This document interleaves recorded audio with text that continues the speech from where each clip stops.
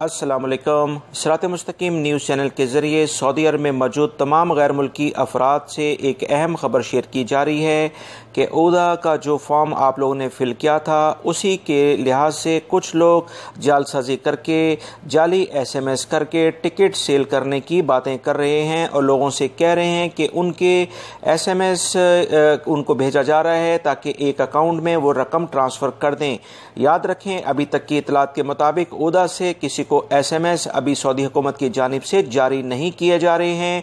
लिहाजा ओदा का फॉर्म के लिहाज से अगर कोई भी आपसे अमाउंट ट्रांसफ़र रकम ट्रांसफ़र करने के लिए अकाउंट में कहता है तो ये कोई जालसाज शख्सी हो सकता है।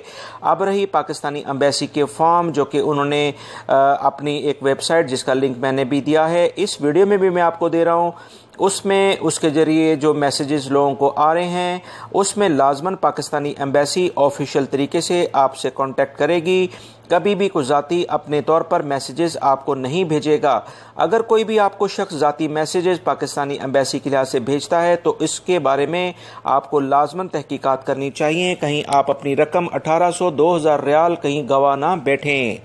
याद रखें, आपको कोई भी मैसेज या कॉल आती है तो लाजमन उससे ये तफसीलात पूछें कि आपका नाम क्या है। अगर उसको सिर्फ़ और सिर्फ आपका मोबाइल नंबर मिला है तो वो जालसाजी के ज़रिए आपका नाम, आपके वालिद का नाम, पासपोर्ट नंबर जो कि आपने फॉर्म पाकिस्तानी एम्बेसी के फॉर्म में फ़िल किए हैं, वीज़ा कौन सा है यानी विज़िट वीज़ा, वर्क वीज़ा, उम्रा वीज़ा या फाइनल एग्ज़िट का वीज़ा है, वीज़ा ख़त्म होने की तारीख क्या है, सऊदीया का नंबर क्या है, सऊदीया के किस शहर से आप जा रहे हैं जो कि 16 शहर की एक लिस्ट है, पाकिस्तान के शहर इस्लामाबाद, लाहौर और कराची।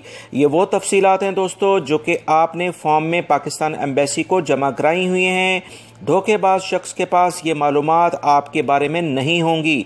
लिहाजा इन मालूमात को बगैर तस्दीक किए किसी सूरत में किसी के अकाउंट में अपनी रकम जमा ना कराएं, वरना ये रकम आपकी ज़ाया हो जाएगी। धोखेबाज लोग काफ़ी एक्टिव है, इस बारे में मैं आपको मुतला कर रहा हूँ। याद रखें, अपनी ज़ाती मालूमात ये जो फॉर्म में आपने फ़िल की हैं जो मैंने आपको अभी बताई हैं, इसको आपने ख़ुद नहीं बताना बल्कि उससे कंफर्म करने के लिए पूछना है। अगर वो सही बताता है तो उसके लिहाज से फिर आप अपना लाअमल अगला इख्तियार करें, अपने जो पेमेंट वगैरह करनी है वो आप फिर कर सकते हैं। दोस्तों, सऊदी अरबियन मॉनिटरिंग अथॉरिटी का मैं एक हेल्पिंग नंबर आपसे शेयर कर रहा हूं, इस वीडियो के कमेंट्स बॉक्स में वो मौजूद है। आप इस पर कॉल करके इस अकाउंट के बारे में तफसीलात भी हासिल कर सकते हैं, क्योंकि सऊदी अरबियन मॉनिटरिंग अथॉरिटी तमाम बैंकों के सेटअप को कंट्रोल करता है और ऐसे धोखेबाजों के बारे में कंप्लेन भी आप कर सकते हैं।